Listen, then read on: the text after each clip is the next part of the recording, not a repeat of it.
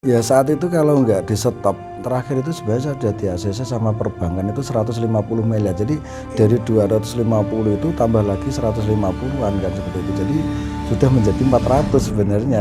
Sudah menjadi 400 sebenarnya. Tapi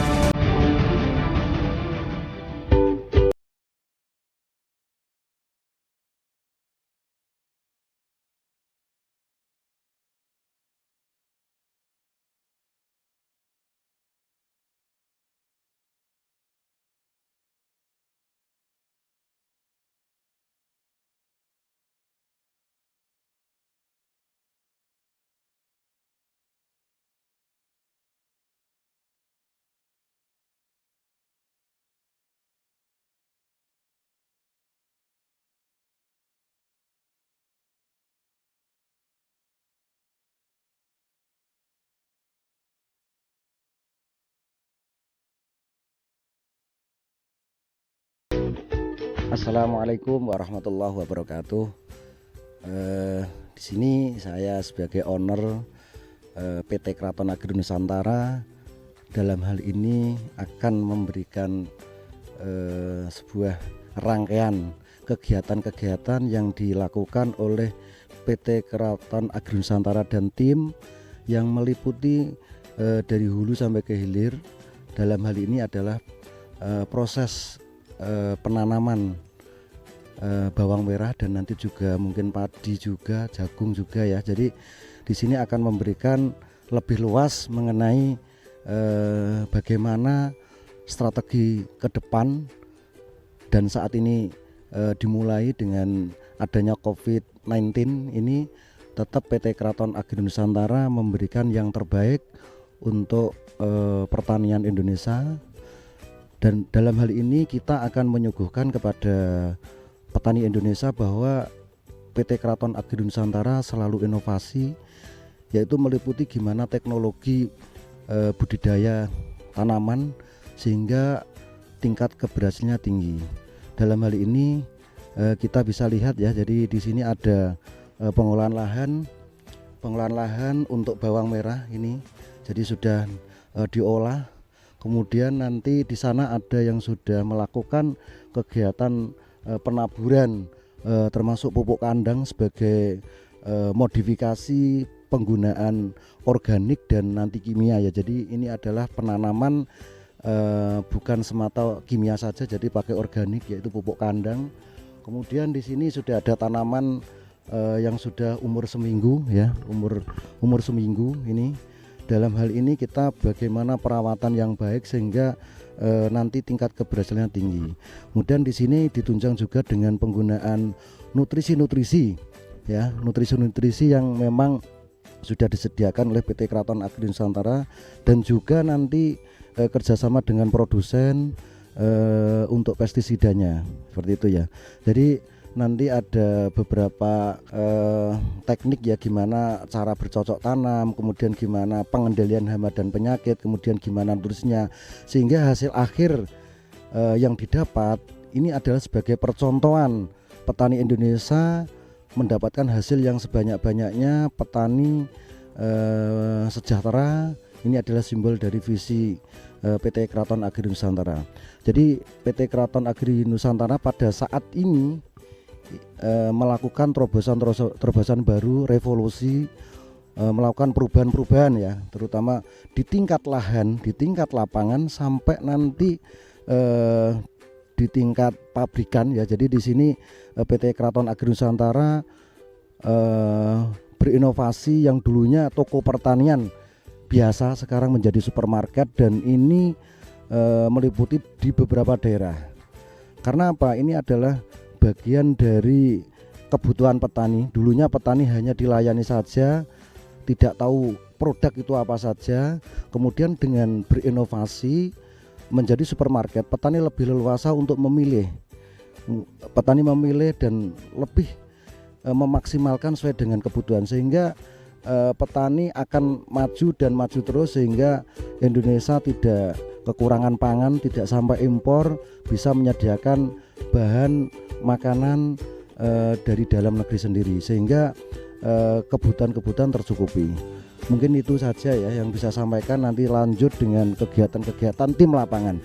Jadi PT Keraton Agi Nusantara mempunyai tim lapangan untuk membantu petani ya. Jadi memberikan solusi gimana petani itu akan tingkat keberhasilan akan tinggi ya. Jadi jangan sampai gagal, karena kalau petani gagal ini merupakan nanti kegagalan juga pangan Indonesia. Jadi kita berupaya gimana tim kita itu bekerja maksimal mendampingi petani.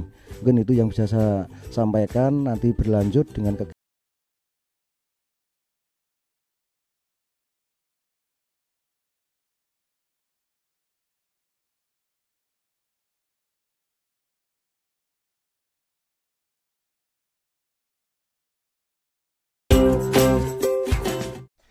Alhamdulillahirabbil alamin, assalatu wassalamu ala asrofil anbiya'i wal mursalin wa ala alihi wa ashabihi ajmain.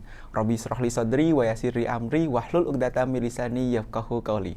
Alhamdulillah, pada kesempatan yang berbahagia ini kita kembali lagi di podcast MTR, Utang Lunas Bisnis Berkelas. Alhamdulillah, acara ini dipersembahkan oleh Masyarakat Tanpa Riba dan Syariah Award.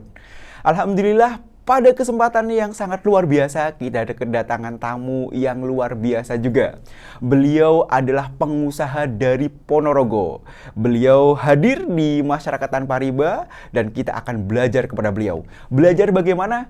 Beliau menyelesaikan utangnya sebesar 252 miliar. Dan alhamdulillah selesai. Benar-benar selesai dan real. Makanya kita akan banyak belajar kepada sosok beliau. Beliau adalah Bapak Saikhul Hadi dan Ibu Titi Setiawati. Assalamualaikum warahmatullahi wabarakatuh, Bapak Ibu. Waalaikumsalam warahmatullahi wabarakatuh. Masya Allah, alhamdulillah, ahlan wa sahlan. Selamat datang di Masyarakat Tanpa Riba, Bapak Ibu sekalian. Gimana kabarnya nih Pak Saikhul Hadi, Ibu Titi? Alhamdulillah sehat walafiat dan bisa silaturahmi di KSW sini. Memang saya janji dari Merauke. Baru tiba Selasa malam. Iya. Alhamdulillah hari Kamis sore berangkat dari Ponorogo, pagi sudah nyampe KSW. Masya Allah, kebahagiaan jauh-jauh. Beliau asli dari Ponorogo, namun beliau dari Merauke, dari negara kita paling ujung. Datang jauh ke Masyarakat Tanpa Riba dalam rangka untuk belajar bareng-bareng, memberikan motivasi kepada teman-teman sekalian yang terjerat utang dan riba. Begitu ya Pak. Ibu bagaimana kabarnya? Capek nggak ini? Sedikit capek karena mobilnya ulang-ulangan sama anak-anak. Oh gitu. Tapi baik, alhamdulillah menyenangkan. Sedang masih libur ya Bu ya, masih daring ya? Kalau hari Jumat ini kebetulan anak-anak memang libur sekolah. Ya, tapi untuk hari-hari biasanya ya sistem daring. Alhamdulillah. Bapak, Ibu, boleh diceritakan nggak sih? Kan ini tadi saya sebutkan hutangnya adalah 252 miliar. Itu bukan nilai yang sedikit, sangat banyak. Banyak orang mungkin, oh bener nggak sih gitu ya? Boleh diceritakan, itu bener Pak hutang segitu Pak Saikhul? Silakan. Alhamdulillah sangat benar sekali. Tapi untuk saat ini saya sudah mulai lupa ya. Jadi saya lebih mengutamakan gimana saya lebih berbisnis dan saya melupakan utang-utang seperti itu. Jadi karena saya termotivasi dengan bisnis ya. Jadi hutang tetap harus diselesaikan. Yang paling penting gimana kita mengupayakan hutang itu cepat terselesaikan kan seperti itu. Itu dengan membangun bisnis yang lebih maju, lebih maksimal, kita lebih semangat lagi kan seperti itu. Boleh diceritakan Pak Saikhul, Ibu Titi, bagaimana dulu proses ketemunya dengan MTR? Kenapa bisa sampai kenal dengan MTR dan bergabung dengan Masyarakat Tanpa Riba? Silakan mungkin Bapak dan Ibu, monggo. Ya, gini Mas ya, jadi dulu sebenarnya itu waktu tahun 2018 saya mau menambah lagi, mau top up lagi. Karena kalau nggak top up, bisnis saya akan jatuh, ya akan jatuh ya. Jadi karena untuk menyelesaikan terutama BG-BG yang sudah saya terbitkan kan otomatis kan harus top up lagi, harus nambah lagi, harus injeksi lagi kan seperti itu.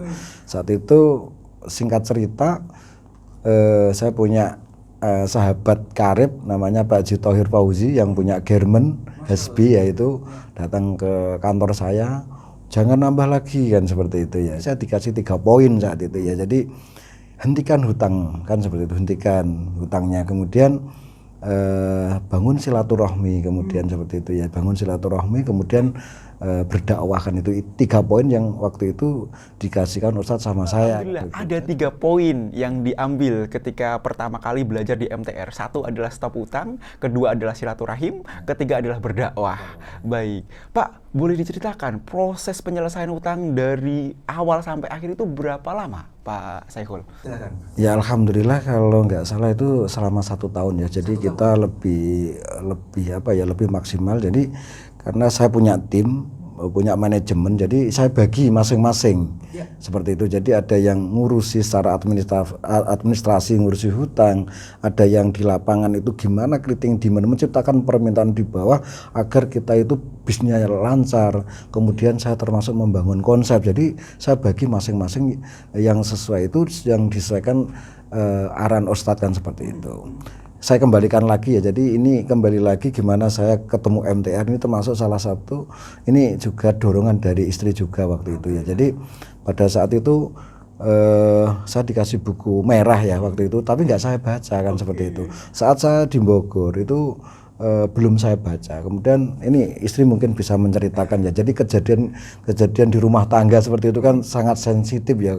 Mudah bertengkar, mudah apa. Nah ini pada saat itu istri saya itu membaca di buku merah tersebut. Mungkin bisa dijelaskan sama istri ini ya. Silahkan Bu, bagaimana proses Bapak hingga akhirnya ketemu dengan MTR nih versi Ibu nih, Bu Titi Setiawati. Silakan Bu Titi. Waktu itu pertama kali dikasih buku merah sama Pak Haji Thohir itu cuma ditaruh aja di atas meja, itu enggak pernah dibuka, enggak pernah.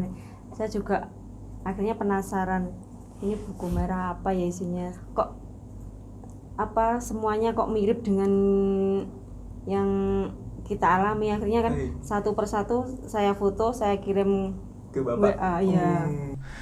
Baik. Untuk memutuskan beliau ikut gitu Pak ya, kan pasti ada proses pemikiran yang panjang juga. Bagaimana Bu menghadapi itu Bu? Merayunya sampai sejauh mana hingga akhirnya beliau luluh dan ikut begitu Bu Titi? Silakan Bu Titi. Ya, saya tidak merayu, tidak pakai kata-kata, saya cuma kirim gambar-gambar yang ada di buklet itu saya kirimkan gitu sama aja. Buku merah itu, jadi dibunderi itu dikirim ke saya gitu. Ada poin-poin yang ada permasalahan keluarga gitu, terutama kan di situ ya. Baik. Jadi di buku merah ada kata-kata sakti yang Ibu kemudian lingkari ini poinnya, kemudian foto dan dikirimkan ke Bapak. Dan Bapak makjeleb gitu bahasanya, atau gimana? Pada saat itu kan waktu malam ya, jadi pada saat itu kan pas sholat malam saya buka WA istri. Oh kok menyentuh banget ini. Saya belum buka sama sekali. Jadi saya dikasih Abah Thohir itu belum saya buka. Waktu itu saya melihatnya, wah kok sesuai dengan apa yang kejadian di keluarga saya kan seperti itu. Jadi baru itu saya termotivasi untuk gimana saya memang benar-benar mengikuti apa yang di MTR gitu. Maksudnya saya ikut MTR gimana untuk menyelesaikan tanpa hutang kan seperti itu. Jadi sebelumnya memang saya sudah punya prinsip, sudah punya keinginan saya umur 40 sampai 45 harus selesai hutangan seperti itu. Jadi waktu itu ya setiap umroh apa saya berdoa. Yang terjadi setelah umroh itu saya nambah lagi kan seperti itu, karena belum ada solusinya. Dan alhamdulillah setelah ketemu MTR baru ada solusinya untuk menyelesaikan hutang. Ternyata ya 3 poin itu tersebut ya. Jadi 1, hentikan hutangnya, berdakwah ya toh, silaturahmi. Ini yang memang harus dilakukan oleh sahabat-sahabat semua. Ini adalah poinnya. Ini silakan dikembangkan sendiri kan seperti itu. Ini dari segi tetap kita harus semangat kerja kan seperti itu. Gimana kita memperoleh hasil yang luar biasa ini yang memang harus kita lakukan. Selain itu ya memang karena silaturahmi berdakwah ini kan benar-benar yang membuat kita itu banyak celah, banyak konsep kan seperti itu. Baik. Ya. Pak, ada pertanyaan Pak. Utang 252 miliar itu untuk apa itu Pak? Karena kan nggak kebayang bagi orang-orang di luaran sana gitu Pak ya. Monggo diceritakan Pak. Dulu sebenarnya saya awalnya tuh ya tidak punya utang ya. Jadi saya mulai kecil, mulai dari 150 juta ya. Sebenarnya saya mungkin sudah diingatkan sama Allah ya. Pada saat 150 juta hutang itu kebobolan maling. Jadi saya belikan barang ya toh, itu dibobol maling. Jadi dari lewat atas itu dibobol maling hampir habis seperti itu. Tapi kita kan belum menyentuh di situ ya saat itu. Jadi hutang lagi saat itu juga ada pembobolan bolak-balik juga. Sebenarnya kan itu juga diingatkan, tapi kita belum terkonek ya di situ ya. Jadi sampai utang sebegitu besarnya itu memang saya itu lebih ke keinginan. Jadi investasi di mana-mana. Jadi konsep saya ingin membuka cabang di mana-mana. Inilah yang terjadi sampai utang cukup banyak sekali gitu. Ada berapa cabang, Pak? Yang sudah dibuat itu ada sampai berapa cabang? Ada 15 cabang. 15 cabang. Ya. Tersebar di seluruh Indonesia. Seluruh Indonesia ya. Itu di dalam proses penyelesaian gitu Pak. Selain tadi mungkin tahapan-tahapan, intinya ada 3 ya, stop hutang, kemudian bersilaturahim, kemudian berdakwah. Teknis-teknis apa nih Pak? Ada cerita-cerita menarik apa di dalam proses penyelesaian? Mungkin sama ibu gitu, mungkin datang ke lembaga keuangannya, atau mungkin ditolak oleh lembaga keuangan, atau mungkin ada cerita-cerita menarik gitu. Monggo Pak Saihul. Ya memang jadi tahap pada saat itu menghentikan utang itu ya luar biasa. Jadi dari perbankan ya sempat kaget juga ya. Jadi saya menghentikan itu ya memang saya harus silaturahmi waktu itu ya, saya dari masing-masing bank saya silaturahmi ya. Memang ada penolakan juga, ada yang memang disambut dengan baik untuk menyelesaikan, karena historisnya kita kan juga hubungan baik kan seperti itu. Ya, alhamdulillah dengan mengedepankan kita itu beretika seperti itu, gimana penyelesaiannya dengan perbankan, alhamdulillah juga diterima dengan baik kan seperti itu. Ya intinya menurut saya lebih banyak karena dulunya itu berhubungan dengan baik, kemudian alhamdulillah saya dengan beretika, kita berhadapan dengan dengan tata cara yang baik, alhamdulillah juga diterima dengan baik. Intinya seperti itu. Rata-rata ya, jadi dari semua perbankan alhamdulillah diterima dengan baik kan seperti itu. Artinya tidak perlu menggunakan otot gitu Pak ya, tidak perlu keras-kerasan, tidak perlu berargumen kenceng-kenceng gitu. Santai saja, kalem gitu Pak ya. Tawaduk juga gitu ya Pak ya. Ya alhamdulillah, jadi saya benar-benar dengan kita silaturahmi, kita komunikasi kan diterima dengan baik alhamdulillah. Tanpa ada sampai ke pengadilan apapun, karena bagi saya lebih mengedepankan kalau kita ngaji di pondok itu namanya adab asar itu tadi ya, itu jadi kita beretika kan seperti itu. Jadi ya memang saya sudah pasrah di situ. Memang waktu itu saya juga mengajukan beberapa poin ke perbankan. Pertama kita bisa nyicil, yang kedua atau AIDA ya silakan kalau mau diambil, yang ketiga silakan kalau mau proses hukum. Yang terjadi kan alhamdulillah diterima dengan kita itu bisa nyicil, kemudian seperti itu ya. Jadi alhamdulillah kemudian ada yang merubah akadnya juga seperti itu. Alhamdulillah itu sampai selesai kan seperti itu. Pak Saihul, ada cerita dulu pernah menerbitkan sampai 300 lembar giro kosong gitu Pak ya, yang dimana nilai per bulannya bisa sampai 60 miliar. Dan itu kan membuat tekanan yang luar biasa, karena itu kan hubungannya kan mungkin punten ada ranah pidananya gitu ya Pak ya.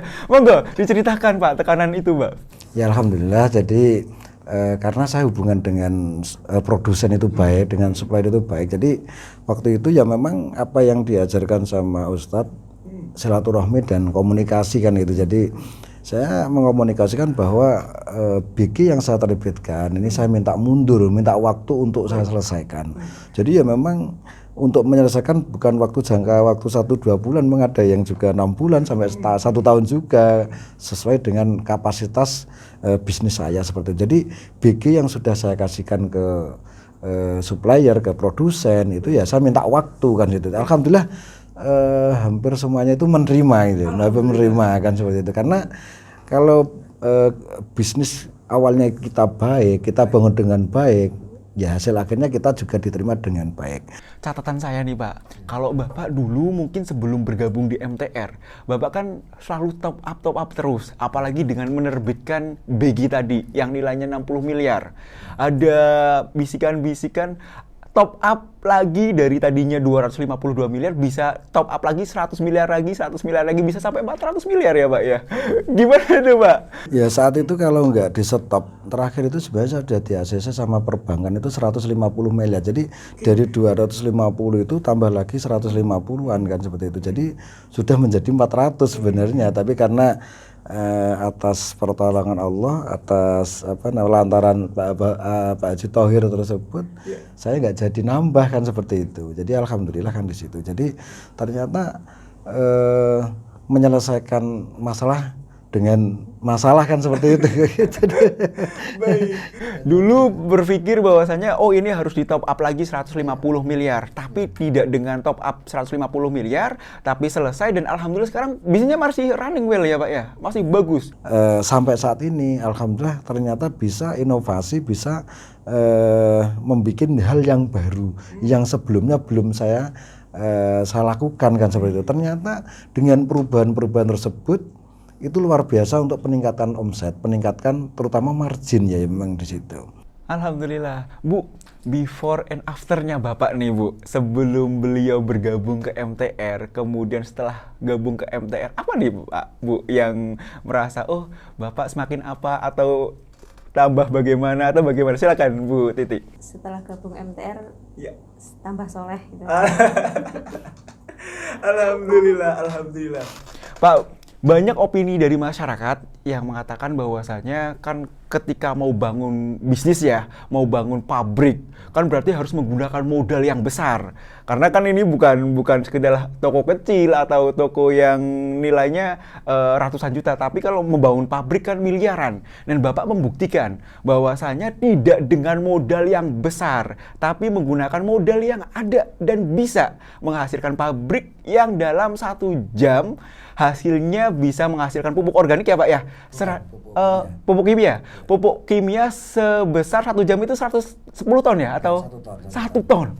Itu gimana Pak ceritanya? Monggo Pak Saiful. Ya gini ya, jadi ada konsep-konsep pada saat saya sudah gabung dengan MTR dan banyak konsep ya yang terjadi. Jadi saya membuat yang dulunya toko biasa membuat toko biasa, kemudian saya rubah sekarang menjadi supermarket.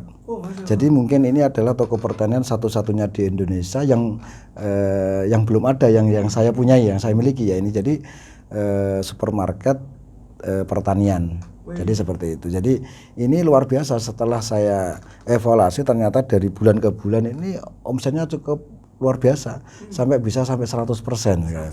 Iya, untuk ini di tingkat supermarket. Kemudian saya berpikir saat ini kan saya banyak nganggur di rumah waktu itu ya. Jadi ada COVID-19 ini, jadi nggak bisa kemana-mana. Jadi ada konsep lagi. Nah sekarang subsidi pemerintah mengenai pupuk kan mulai dikurangi. Otomatis kan kebutuhan pupuk kan semakin banyak kan seperti itu. Kemudian kelangkaan yang terjadi kan seperti itu. Jadi saya berpikir ada lahan untuk bisa produksi pupuk kan seperti itu. Di sini nanti pupuknya bukan pupuk organik ya, karena yang di sahabat-sahabat MTR yang sudah punya pabrik pupuk organik sudah banyak, saya ngambil ke pupuk kimianya. Jadi SP, NPK dan nanti yang lain juga ya seperti itu. Jadi saya mikir padahal kebutuhan untuk membuat pabrik dulu saya mikirnya itu sebenarnya lokasi yang mau saya bangun ini saya sudah mengajukan waktu itu ke Abang itu sudah 20 miliar, sudah di ACC waktu itu karena ikut MTR nggak jadi kan seperti itu. Ini mau memang tak buat untuk pabrikan kan seperti itu, karena nggak jadi itu ya memang sempat nganggur kan seperti itu. Kemudian punya uang sedikit ya memang saya ingin punya pabrik pupuk ya, atau pabrik pupuk, dan alhamdulillah ada kawan, ada sahabat yang memang di situ untuk support saya. Wes yang penting seadanya, yang penting bisa produksi dan nanti kita bisa menambah lagi kan seperti itu. Dan alhamdulillah insya Allah untuk bulan ini sudah mulai produksi ya kan seperti itu, karena ya bulan ini mulai insya Allah mulai besok sudah uji mesinnya, trial mesin-mesinnya itu seperti itu. Jadi insya Allah untuk bulan ini sudah mulai produksi ya. Jadi minta doanya semoga lancar dan bisa berkah untuk para petani Indonesia kan seperti itu. Dan target saya memang saya akan menambah lagi kan itu. Jadi nantinya jadi dengan produksi tersebut kita jual karena sudah saya bangun di bawah ya. Jadi saya sudah punya jaringan, sudah punya tenaga ahli juga, sudah punya tenaga lapangan, sudah punya partner customer tersebut ya. Memang nanti kita cepat untuk memasarkan kan seperti itu. Jadinya nanti jadi uang bisa nambah pabrik-pabrik lagi, tidak harus membangun investasi besar-besaran. Kita belum bisa produksi, tapi kalau investasi besar bukan dari uang sendiri ya memang nanti kemakan nanti lagi berbunga lagi kan seperti itu. Jadi ini langkah yang memang diajarkan di MTR ya toh, karena kebutuhan bukan karena keinginan kan gitu seperti. Karena kebutuhan ya memang yang dibutuhkan ini. Jadi kita semakin besar karena mulai dari kecil kan tersebut. Yang penting adalah kita sudah punya pasar dulu kalau membangun produksi kan seperti itu. Jadi kalau kita punya produk yang harus kita siapkan adalah pasarnya. Dan alhamdulillah di PT Keraton Agri Nusantara ini pasarnya sudah terbentuk, kita itu tinggal ngisi saja kan seperti itu. Ya. Hutang 252 miliar selesai, bangun pabrik, dan sudah nggak bayar cicilan. Kebahagiaan, cuma Pak yang dirasa bagaimana Pak? Biar bisa memotivasi yang lain gitu Pak, silakan. Ya alhamdulillah, cukup luar biasa, sudah nggak bisa diungkapkan kan itu ya. Alhamdulillah kita tinggal berbagi dalam hal ini gimana saya berbagi dengan teman-teman MTR, dengan masyarakat Indonesia kan seperti itu. Jadi gimana melangkah berbisnis tanpa hutang kan seperti itu. Kemudian yang sudah terjerat gimana saya pribadi memotivasi gimana agar bisa keluar dari masalah-masalah hutang kan seperti itu. Ini adalah bagian dari bagian dari saya sendiri kan situ, keinginan memang gitu, keinginan untuk gimana berbagi untuk teman-teman semuanya seperti itu. Utang lunas miliaran itu suatu hal yang nyata gitu Pak ya, utang. Jadi nilai utang itu kan bukan dari nilai jumlahnya kan gitu kan. Banyak juga yang nilainya kecil tapi pusing juga gitu ya Pak ya. Pak, boleh kasih saran nggak sih Pak buat para pengusaha khususnya yang mereka sedang terjerat ke utang gitu ya, baik utangnya berapapun, khususnya para pengusaha yang utangnya miliaran Pak, saran-saran yang mereka harus lakukan apa Pak Saihul? Ya memang untuk masalah hutang yang sudah saya lakukan, yang sudah saya benar-benar hutang itu membuat tekanan yang luar biasa. Jadi ya memang harus dilakukan kepada sahabat-sahabat semua. Ya memang hutang itu harus diselesaikan. Tapi gimana solusinya itu adalah gimana tetap semangat. Kalau nanti cuma ngurusi utang ini aja, berpikir fokus di hutang saja, nanti nggak akan selesai hutang tersebut. Nah, gimana solusinya? Ya ini kerja lebih keras lagi, gimana kita memperoleh celah kan seperti itu. Jadi jangan ini hutangnya disingkirkan dulu kan seperti itu, mikir bisnisnya ini yang memang harus kita lakukan seperti itu. Kalau cuman contoh ya, kita punya sertifikat di situ, kemudian kita bela-bela, tapi nggak ada pekerjaan kan juga sama juga bohongan seperti itu. Jadi biarkan dulu. Memang kalau memang itu masih milik kita ya memang masih kembali kan itu. Jangan dipikirkan kan seperti itu. Jadi bangun lagi bisnis kan seperti itu. Yang terjadi kan orang-orang kan eman di asetnya. Kemelekatan itu loh. Jadi lepaskan dulu kemelekatan gitu. Ya udah, kalau memang itu milik kita ya kembali lagi. Yang penting saran saya memang yang terbaik membangun bisnis yang memang bisnis yang nyata, yang benar-benar menghasilkan uang kan seperti itu untuk menyelesaikan hutang tersebut kan seperti itu. Berarti kita fokusnya ada di opportunity-nya ya Pak ya, di peluangnya, di usahanya. Kita memang masih memiliki utang, tapi kita tidak memikirkan terus di posisi utang tersebut. Kita berpindah fokus ke usaha, hingga akhirnya usaha berkembang, dapat income itulah untuk melunasi utang. Begitu ya Pak. Alhamdulillah. Positifnya adalah Pak Saihul ini balance-nya adalah ketika memang usahanya alhamdulillah mulai kreativitas tadi muncul, mulai ketika utang lunas, mulai bikin pabrik gitu ya. Kemudian antara kehidupan sosial, kemudian kehidupan berbisnis itu balance. Dan keluarga juga ya Bu ya, kehidupannya balance. Pak Saihul ini terkenal sebagai warga Nahdiyin yang luar biasa karena menjadi bagian dari Tanfidiyah ya Pak ya. Boleh diceritakan Pak Saihul? Ya alhamdulillah untuk masalah di NU ya memang saya itu karena darah dagingnya sudah NU.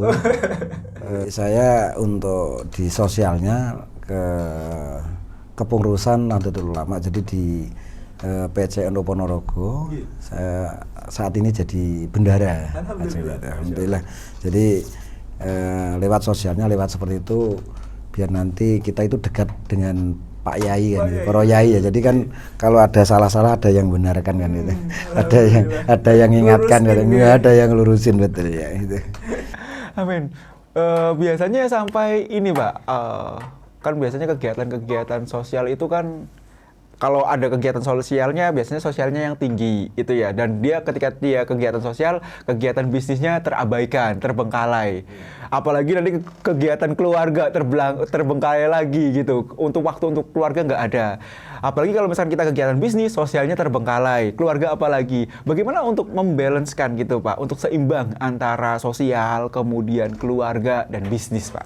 Ya memang kita harus bisa membagi ya. Memang kalau kita turuti masing-masing itu ya memang kita habis untuk itu ya, salah satu ya memang kita harus fokus meskipun nanti di kegiatan organisasi mana yang saya ambil yang penting ya seperti ya saya mengikutinya, kemudian di keluarga ya memang benar-benar juga saya memang harus saya backup juga untuk keluarga, kemudian juga bisnis ya memang seperti itu. Jadi karena kantor saya dengan rumah itu dekat, jadi meskipun sarapan pagi ya di rumah sama istri, makan siang, makan malam, kalau mau keluar ya bareng-bareng gitu. Jadi kita nggak jauh kan seperti itu. Kecuali kalau saya sudah di luar daerah, kadang istri juga ikut, kadang anak-anak juga ikut, terkadang itu karena ada beberapa tempat yang memang nanti kalau seperti di Bojonegoro pun dekat dengan orang tua, jadi saya bisa silaturahmi pada orang tua juga sama keluarga seperti itu. Jadi harus bisa membagikan seperti itu. Intinya mana yang lebih penting ya memang kita dahulukan gitu. Jadi biar balance ya.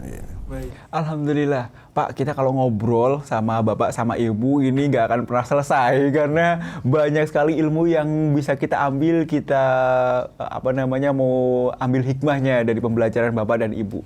Pak, kita ngobrol-ngobrol sedikit tentang, di akhir kita ngobrol tentang bagaimana usaha yang Bapak sedang jalani gitu ya. Bapak kan di bidang agribisnis gitu Pak ya. Bapak memiliki berapa toko gitu, mungkin teman-teman biar tahu Pak usaha Bapak gitu dan ada di mana saja gitu Pak, dan apa yang sedang kerjakan. Monggo Pak Saikhul. Ya jadi saya dulu mempunyai konsep bisnis, saya ingin membuka retail lebih banyak ya. Saya membangun cabang-cabang itu tujuannya kan cash money ya seperti itu. Jadi langsung ke retail ini lebih banyak. Jadi saya membangun cabang-cabang seperti itu. Jadi alhamdulillah ada 15 cabang. Kemudian juga sebagai retail langsung ke petani juga, langsung juga ke customer sebagai distributor. Juga alhamdulillah saat ini sebagai produsen juga, baik itu pestisida maupun pupuk dan kalau benih masih maklun lah kan seperti itu. Jadi kalau pestisida, jadi obat-obat pertanian dan pupuknya sudah mulai ada saat ini kan, sudah mulai ada. Ini menangani seluruh Indonesia Pak atau wilayah tertentu saja? Ini saya ada di Jawa, Sumatera sama Sulawesi. Yang belum saya buka ini Kalimantan memang ya. Jadi karena pada saat itu sebelum saya ikut MTR sebenarnya saya canangkan saya mau buka cabang di Kalimantan.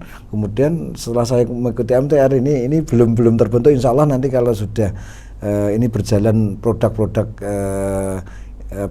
pestisida dan pupuk, insya Allah juga mau buka yang Kalimantan ya, ini sudah semuanya kan seperti itu. Baik, alhamdulillah.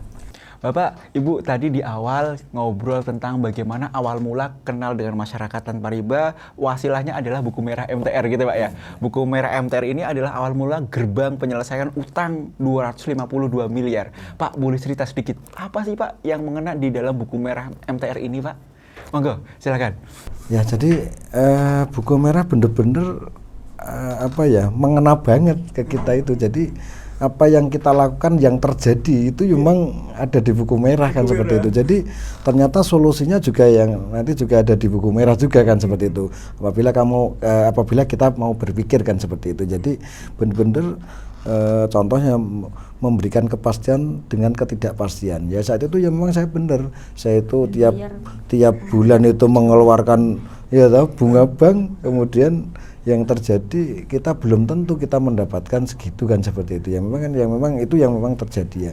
Jadi tabiat buruknya ya memang banyak sekali lah yang terjadi, mengena sekali itu. Baru kita itu berpikir dan benar-benar kita menghentikan seperti itu. Saya flashback Bu, keingat. Kalau tadi bayar bunganya per bulan bisa bayar berapa M Pak, atau berapa ratus juta dalam 1 bulan bunganya saja Pak Saiful? Ya ini kan tergantung ya. Jadi saatnya kan ini pinjaman saya kan bentuk rekening koran ya. RK ya? Jadi RK. Jadi kadang ya 1M, kadang 1M setengah, sampai kadang 2M. Jadi ada, itu fluktuatif ya, tergantung itu juga ya, seperti itu.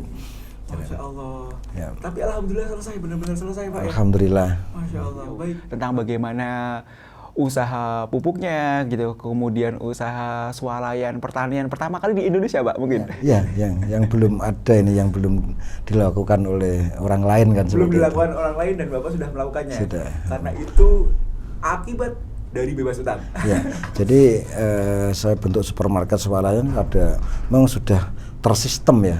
Jadi kita creating demand, menciptakan permintaan di bawah, kita punya tenaga ahli, gimana kita punya resep, kemudian gimana kita punya resepnya ada. Jadi tenaganya sudah terkonsep dengan baik sehingga kita bisa membentuk swalayan pertanian kan seperti. Alhamdulillah. Terima kasih, demikianlah perbincangan yang singkat tapi insya Allah bermanfaat Pak. Dan semoga ini bisa memotivasi teman-teman sekalian di luar yang sedang dalam proses penyelesaian hutang. Insya Allah ketika kita menyelesaikan utang selesai dan bisnis kita menjadi berkelas Pak, menjadi lebih bergairah, menjadi lebih memiliki kreativitas ya Pak ya, lebih berkah juga gitu ya Pak ya. Alhamdulillah Ibu, Bapak, terima kasih sudah mau mampir di podcast MTR. Terima kasih atas ilmu-ilmu yang diberikan, semoga bermanfaat gitu Pak ya. Bagi Bapak Ibu sekalian yang merasa bahwasanya podcast MTR ini bermanfaat, podcast MTR Utang Lunas Bisnis Berkelas, silahkan subscribe, kemudian komen dan share. Dan kita memberikan informasi tentang bagaimana kalau Bapak Ibu sekalian mau bergabung dengan masyarakat tanpa riba. Kalau Bapak Ibu sekalian mau bergabung dengan masyarakat tanpa riba, silakan hubungi nomor-nomor yang ada di deskripsi. Silakan di situ ada beberapa admin gitu, ada beberapa admin, silakan hubungi.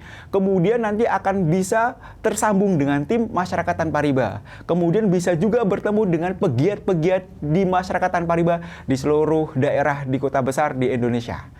Baik, alhamdulillah kita semoga bisa terus memberikan motivasi bagi Bapak-Bapak Ibu sekalian dalam rangka lunas utang.